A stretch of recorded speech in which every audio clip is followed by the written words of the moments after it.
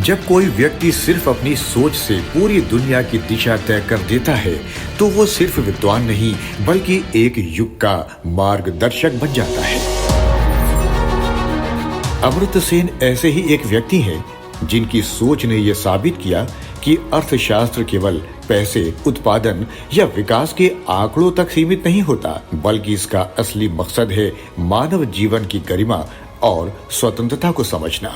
उन्होंने कहा है, if you can't make economics serve humanity then it's meaningless. Amartya Sen का जन्म 3 नवंबर 1933 को पश्चिम बंगाल के शांति निकेतन में हुआ। उनका बचपन एक ऐसे माहौल में बीता जिसमें कला, संस्कृति और शिक्षा जीवन का हिस्सा थे। उनके पिता आशुतोष सेन ढाका यूनिवर्सिटी में केमिस्ट्री के प्रोफेसर थे और माता अमृता सेन संस्कृत और साहित्य की शिक्षिका थी। उनके नाना जी क्षितिज मोहन सेन भी संस्कृत और भारतीय सांस्कृतिक इतिहास के विद्वान थे। इस तरह बचपन से ही अमर्त्य सेन का जीवन ज्ञान और संस्कृति से घिरा हुआ था। शांति निकेतन में पढ़ाई के दौरान उन्होंने सामाजिक असमानता और अन्याय को करीब से देखा। उन्होंने महसूस किया कि समाज में अवसर सभी को समान रूप से नहीं मिलते। इस अनुभव ने उनके भीतर ये सवाल जगाया कि क्यों कुछ लोग सब कुछ पा सकते हैं जबकि कुछ लोगों को जीने तक का अधिकार नहीं मिलता। इन्हीं सवालों ने उन्हें अर्थशास्त्र की ओर खींचा, लेकिन उनका अर्थशास्त्र हमेशा इंसानी जीवन और मानव स्वतंत्रता पर केंद्रित रहा। उन्होंने अपनी अंडर ग्रेजुएट पढ़ाई प्रेसिडेंसी कॉलेज कोलकाता से पूरी की और फिर ट्रिनिटी कॉलेज कैम्ब्रिज गए, जहां से उन्होंने बैचलर्स, मास्टर्स और पीएचडी की डिग्री हासिल की। उनके अध्ययन और रिसर्च का मुख्य उद्देश्य था ये समझना कि आर्थिक विकास केवल जीडीपी या ग्रोथ रेट से नहीं बल्कि ये इस बात से मापा जाना चाहिए कि लोग कितनी स्वतंत्रता और गरिमा के साथ जीवन जी सकते हैं। अमर्त्य सेन ने Jadavpur university, Delhi school of economics, London school of economics, Oxford university और हार्वर्ड यूनिवर्सिटी में पढ़ाया। उन्होंने कई संस्थाओं में विजिटिंग प्रोफेसर के रूप में भी काम किया, जैसे MIT, स्टैनफोर्ड, बर्कले और कॉर्नेल। उनकी रिसर्च का मुख्य केंद्र हमेशा ह्यूमन वेलबीइंग रहा। उनका मानना था कि किसी देश की वास्तविक प्रगति तब तक अधूरी है जब तक नागरिकों को शिक्षा, स्वास्थ्य और बराबरी के अवसर नहीं मिलते।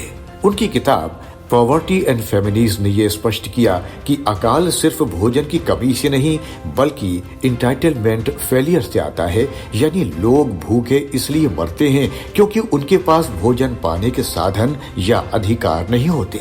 इसके बाद उन्होंने कैपेबिलिटी अप्रोच का विचार दिया, जिसके अनुसार किसी व्यक्ति की स्वतंत्रता और जीवन की गुणवत्ता इस बात से तय होती है कि वो क्या कर सकता है और क्या बन सकता है, न कि सिर्फ उसके पास कितनी धन संपत्ति है।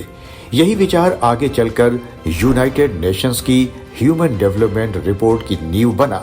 अमर्त्य सेन ने हमेशा समाज में असमानता, भेदभाव और अन्याय के खिलाफ आवाज उठाई। उनके मिसिंग वुमेन अध्ययन ने दिखाया कि एशिया में महिलाओं की संख्या कम होने का कारण सामाजिक भेदभाव, पोषण की कमी और स्वास्थ्य सुविधाओं का अभाव है। उन्होंने दिखाया कि लोकतंत्र और स्वतंत्रता तभी सार्थक है जब हर व्यक्ति को निर्णय लेने और अपनी राय व्यक्त करने का अवसर मिले। 1998 में उन्हें Nobel prize in economic sciences से सम्मानित किया गया। ये पुरस्कार उन्हें welfare economics, social choice theory और गरीबी के अकाल के अध्ययन के लिए मिला। अगले ही वर्ष 1999 में भारत सरकार ने उन्हें भारत रत्न से सम्मानित किया। यह गर्व का क्षण था क्योंकि पहली बार किसी अर्थशास्त्री को यह सम्मान मिला।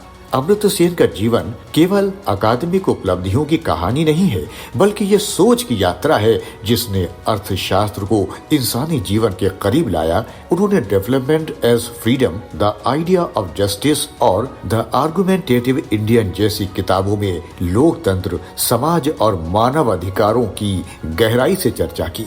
उनका मानना है कि समाज तभी मजबूत होता है जब लोग सवाल पूछते हैं, बहस करते हैं और असहमति को समझते हैं। आज 90 साल की उम्र में भी अमर्त्य सेन दुनिया के सबसे सम्मानित विचारकों में से एक है। अमर्त्य सेन का जीवन हमें ये सिखाता है कि ज्ञान तब तक अधूरा है जब तक वो समाज की भलाई के लिए उपयोग में न आए। उन्होंने दिखाया कि विकास का असली अर्थ ऊंची इमारतें नहीं बल्कि उस मुस्कान में है जो हर व्यक्ति के चेहरे पर आती है जब उसे समानता और गरिमा के साथ जीने का अवसर मिलता है।